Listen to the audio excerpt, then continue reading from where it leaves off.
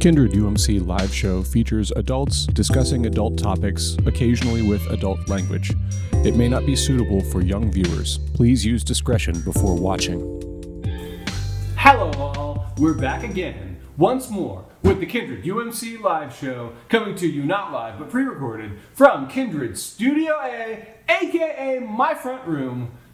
I'm Chris Hayden, I'm the pastor. Hi, I'm Courtney Young, I'm the Director of Community Engagement at Kindred UMC. Hi, I'm Preston, and if you ever feel weird, just stretch. And then if you feel weird after that, seek help. Yeah. What was that voice you were just doing? No. Continue. We're recording 2 in 1. So if you haven't watched last week's, you should watch last week, because we're kind of going to get into picking up the conversation. We're going to continue the conversation a little bit. We talked about the afterlife and kind of the idea of heaven being here now, and the idea that we can access the fullness of God's grace and paradise, and the idea that we are like actually loved and accepted by our deity right here and now. It's for the taking. It's at your fingertips right now. You can just lean into the reality that you are a beloved child of God with your fingertips. And which leads us very nicely into, because Thanksgiving's coming up, we're going to talk about gratitude. And I'm sure that in the title I will have spelled it GrAttitude, because it's an attitude of gratitude.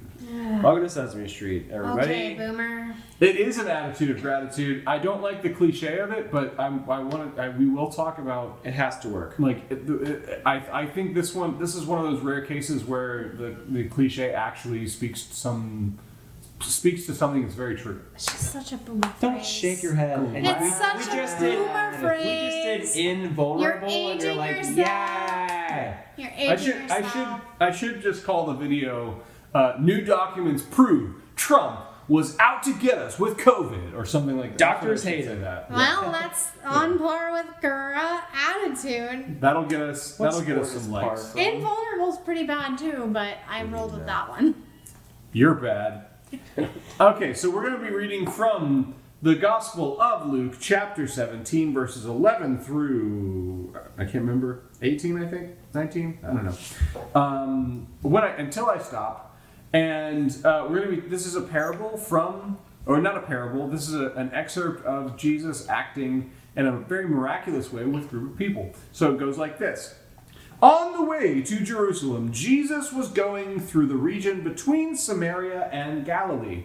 Does anybody remember what Samaria or a Samaritan is? Courtney does. No, I don't. Preston, do you? It is a rivaling tribe of the Israelites. Samaritans they're not supposed to be nice. You get a gold star. No, Yeah, I you get a gold don't. star. You're supposed to know this. I'll talk more about the history and why that is in a moment. But yeah, traveling between Samaria and Galilee. As he entered a village, 10 lepers approached him, keeping their distance, which they had best. Like, leprosy is way worse than COVID. Yeah, not cats. Not leopards. Not. If you think I'm a special, you watch up. So there's a song, Jesus Paid It All. Oh, and the first time I heard it, there's a line in there that says, he can change the lepers' spots. And the first time I heard it, I thought it was leopards. And now, because I was a worship director for a long time, sometimes you can catch me singing "Can Change the Leopard's Spots." You don't think that's a catchy play on words? I don't think it was deliberate. Whoever wrote it's like, I'm gonna screw Chris. No, I don't think that was deliberate, but it is certainly funny. And if you hear me singing on YouTube in my old job at South Shore UMC, you can, if you pay real close attention, you can hear me sing "Leopard's Spots." Sometimes. Go humans! You did it on purpose for comedy. Okay, so they were keeping their distance because they're lepers, and that's appropriate. They called out, leprosy is a highly contagious disease passed through touch. Okay. They called out, saying, Jesus, Master, have mercy on us. When he saw them, he said to them, go and show yourselves to the priests. And as they went, they were made clean. So he healed them by saying, like, why don't you go talk to them priests and see what happens? And then they were made clean. Then one of them, when he saw that he was healed, turned back, praising God with a loud voice. He prostrated himself at Jesus' feet and thanked him. And he was a Samaritan. This is why it's important. Then Jesus asked, "Were not 10 made clean? But the other 9, where are they? Was none of them found to return and give praise to God except for this foreigner?" Then he said to him, "Get up and go on your way. Your faith has made you well." So, Samaritans. What's the problem with Samaritans? It sounds like a Fox News segment. The problem with Samaritans after this. This whole episode's been full of those. Yeah. One of them was right here. So Samaritans, they are kind of a different tribe, but they are Israelites. So do you know where Jew comes from, or Jewish? No. Do you know where that word originates? Jerusalem. That was going to be my guess. That's a good guess. You're It's kind just of the close. J-E. Yeah. I mean, that's basically what it is. So, except instead of Jerusalem, it's the tribe of Judah. Okay. So in Genesis, there's a guy who has 12 sons, and then he has a 13th son, Joseph. Yes. Jesse and his 12 sons, and then his 13th son, Joseph. Joseph in the amazing Technicolor Dreamcoat, or the coat of many colors, as it's often called in church. So those sons ended up being the 12 tribes of Israel. And one of them was named Judah. And so the tribe became Judah. In all of the ups and downs of Israel's history, after they, get into the promised land, after they basically commit genocide against all the people who live there and like take ownership of the land of Israel, there's a split and a civil war. And there's the northern kingdoms and the southern kingdoms. And then there's all these invasions from other countries, Assyria, Babylon, so on and so forth. The 11 of the 12 tribes basically get wiped out and scattered. And the only one left is Judah. And that's why Israelites today are considered Jewish or Jews. And it all goes back to Judah. Now, here's why that matters in the context of Samaritans. During those conquering invasions from Assyria and Babylon, some of the other tribes and kingdoms that kind of like gave up on the whole Israelite Yahweh worship thing because they were being defeated and conquered, they essentially committed war crimes. They would capture Jews and sell them to slavery to the Babylonians and the Assyrians, and and those were the Samaritans. They were the ones who gave up on the idea of Israel, and then ended up committing war crimes against their brethren, the other tribes, their the people they're supposed to have kinship with. So now here's the other thing. This is like 500 years after that. So the story we're reading happens 500 years after all that happens, and there's still this beef with these Samaritans. Like, these, there's like this real like anger and aggression. And then there's also some theology about Jerusalem is where you worship, and the Samaritans were the northern kingdoms. And so they built a different temple, and they're worshiping in the wrong way and worshiping in the wrong place. And their worship isn't real. And then that also ties into, there's a Samaritan woman account look up the Samaritan woman thing that we did before. You can see him cry. Yeah.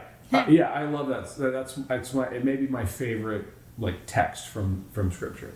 But that's why the Samaritan part matters. So Jesus heals these lepers, and the Samaritan one is going to be the one who everyone believes that because of his horrible history and because he's just a piece of filth Samaritan, that's why God gave him leprosy. God gave him leprosy because he's a real piece of... Can't say the word. You know what I mean? But it's this aggressive, like, you deserve it. You earned it. Like, what did I do? You were born a Samaritan, you piece. Like, that's what's going on here, you know? So there's something deeper happening. If that's why this person has leprosy, then what does it mean that Jesus is healing his leprosy? Courtney, does this relate to anything happening in modernity? Like in modern times, does this relate to anything that's happening right now on Twitter and TikTok? What are you getting at? What does this sound like? People being completely oppressed for something ancestors did. We can call them that. It's happened more than 100 years before we could ever attribute being this way. Sure. How does this relate, is what I'm asking you. How does this relate to... How can we relate this to now? I mean, you just said it. It's actively happening. Like, we cancel people for no reason. We don't listen to actual, like, stories behind people's things. So we... And I would add, because I agree with you, like, and I get frustrated by that a lot. I would add that some people have been canceled for being real pieces of... Right. Like, some things don't help the cause. Yeah, you earned it. Yeah. You're like, some people are... And Bill Cosby raped 34 people. So you deserve to be canceled. Yeah. But I'm talking about we cancel people for having like a different surface level opinion than we do. Like, for example, on Twitter, actually, now that you brought that up. Good. UCF lost a game to Cincy last week, and everybody's yelling at the coach and saying they want to cancel him and like this, that, and the other. And it's like... For losing a game? Yeah! Coaches lose games. A team sport. It's like, Jeez. well, I mean, he had a recruiting staff that was given, like, he had a team that was handed down to him. These aren't his like. There's no excuse. Why are we being so hard on a team for losing a game? So like, here's a. This isn't exactly where I thought we were going, but while we're at it, let's just talk about it a little bit. Because so at the time of recording, it just came out the story this week that John Gruden was using like racist and misogynistic language in emails internally, and they say he resigned, but I imagine he was forced to resign. Sure. And I'm struck. I haven't looked at what he said. You know, like it's enough. You know, and like there's nothing. You know, like there's no excuse for being like I really don't like people who are. Oh, it's just playing around using the N-word. Like, come on, man. We've decided as a group of people in society, we've decided like you don't do that. We've decided. It almost doesn't matter where your heart is. You're being willfully ignorant at this point. You know.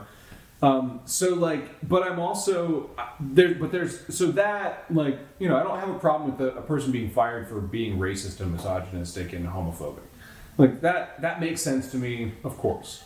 Also, I don't like the posturing that I've heard that's like, what I want to say is anybody surprised that John Gruden, one of the most aggressive coaches in one of the most aggressive sports, is like, that talks that way? Like, I wasn't surprised. I was more surprised it's like, oh, I didn't know that the NFL actually, it's not that we have a problem with him using that language. It's that he got caught.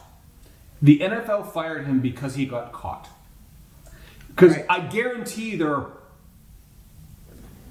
tons of other players and coaches who are constantly talking that way because it's an aggressive, like testosterone-y, it is the environment of a highly competitive and violent sport is going to do that. And I really, really resent the disingenuity, like the disingenuous nature of we're like, no, you don't. This is a PR problem, you don't care about this as much as it is a PR problem.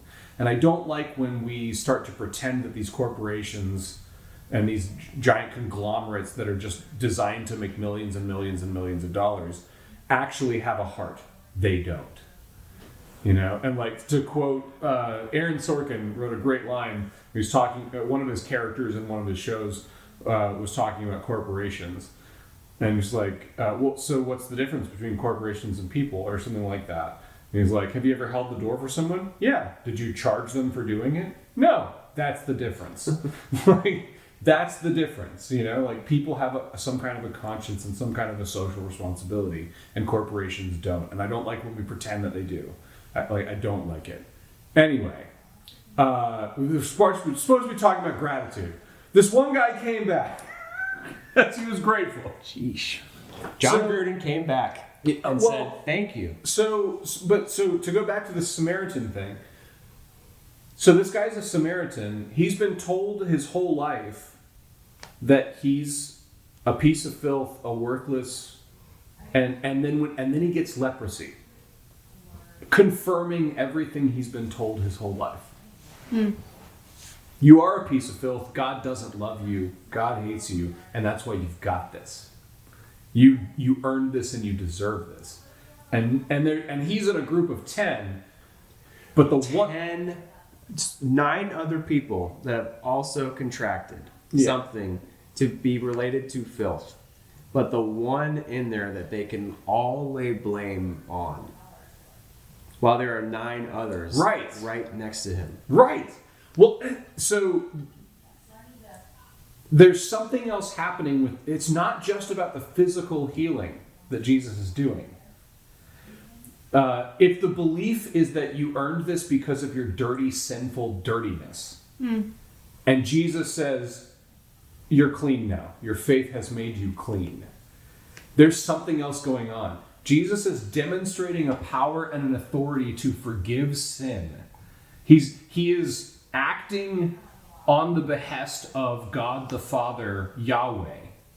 And like he's acting with the authority of Yahweh to pronounce judgment or mercy on someone.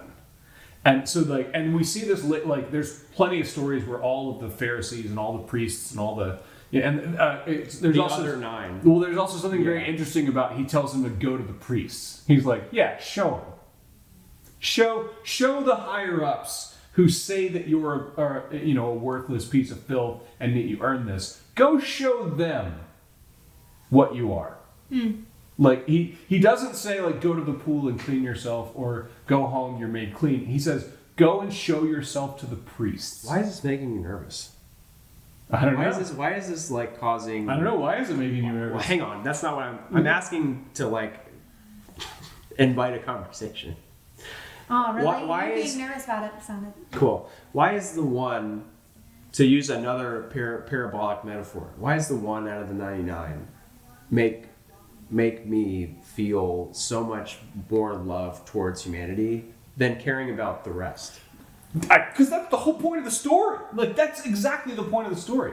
When we talk about this person of Jesus, when we're if we believe what we believe, then the person of Jesus is the perfect manifestation of the universal Christ, the logos that through which all things were made. The spirit of creation and life was made flesh and manifest in this person Jesus. And so it really behooves us to ask ourselves, okay, so how did he act?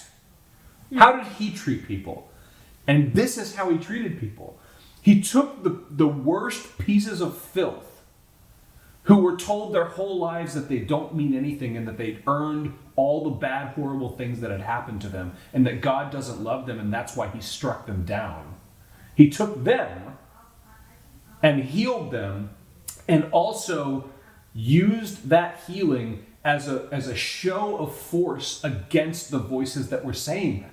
He's like that's the Christ we worship. That's the person of Jesus. And then the idea of gratitude, that when you have that experience, if you have everything you want and then someone gives you a free whatever, it's like whatever. Small example. I had this is a story I told a long time ago, but I had a day off. My wife was working. I wanted to make pork chops because I like to cook. Looked in the fridge, didn't have anything to make pork chops. I was like, okay, well, I'll go Instacart and I'll order the stuff so I can make some pork chops. No drivers available. Oh crap! Well, now I have to go drive. Then I went, and then of course, like parking lot nightmare. Like people are jerks and they steal your parking spot. That happened, and then I get out of the car and I start to walk, and it starts raining on me as I'm walking, and then as I get, there's people in the way, and the people with the carts, and then they block the aisle, and I'm like, get out of the way. And then people who are like in the 10 items or less lane with like 24 40. items, and nobody enforces that. So I'm just like pissed. I'm just like, I hate this. I just wanted pork chops, and as I was there at the checkout line, the cash register person was like checking me out, and then the bag lady, she was a young girl, the bag girl, just said like, "Oh, I like your shirt." I was like, "What?" And there was something about just tuning into and it was a shirt that my wife got me, and I had, and there was something about it that just and I went, "Thank you." And it actually meant a lot to me. And I think it had to do with how crappy things were going. It's not that I needed one good thing. It's not that it was your shirt and you're like, I agree with you. It's a great. It was like there's so much. Oh, I hope the mics are working. There's so much under that was already happened. There's so much on the past. So I think there's something about it's a human tendency. It's an evolutionary thing to naturally see the things we don't have, to see our scarcity.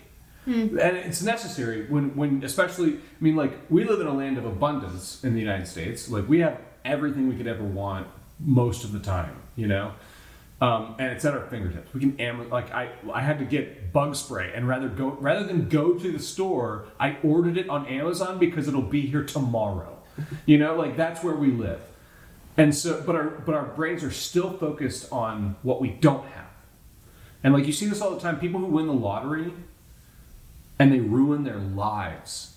And they hate it. And they often say, I wish I had never won. This was a curse, not a blessing. It's a regular occurrence. We actually met somebody who won $1 million, and he was like, yeah, no, it's all wrapped up in all kinds of legal. He hated it, So there's something about our hardwiring that makes us focus on what we don't have. The problem with that is it leads to miserable existence. And gratitude is actually a practice. It's not a thing that you can just have and feel most of the time. Certainly there are moments where somebody interrupted my bad day to tune me into, and I don't know what she was doing or not, but I would like to believe that she picked up on I was in a pissy mood and that I was having a bad day, and she was just doing something to help me. I choose to believe that that's what happened, and it worked. I went home that day and had a great day. I was like, I'm gonna make pork chops and I've got a day off and this is great, That's similar to where we started and what we talked about last week. The kingdom of heaven is at our fingertips, but it doesn't occur naturally. There's a choice that has to be made, and there's a faith that has to be kind of extended to, you know what? And I have to also be careful, because there are plenty of churches and theologies out there that say hey, if you're ever feeling bad, all you have to do is focus on the positive. And that's not what I'm saying. We got a whole series on it. Yeah, that's not what I'm saying. Feeling bad and we just talked about All Saints Day, and grief is a part of life. Grieving people you've lost, things you've lost, missed opportunities, things that didn't go right is a part of life. Feeling grief is important.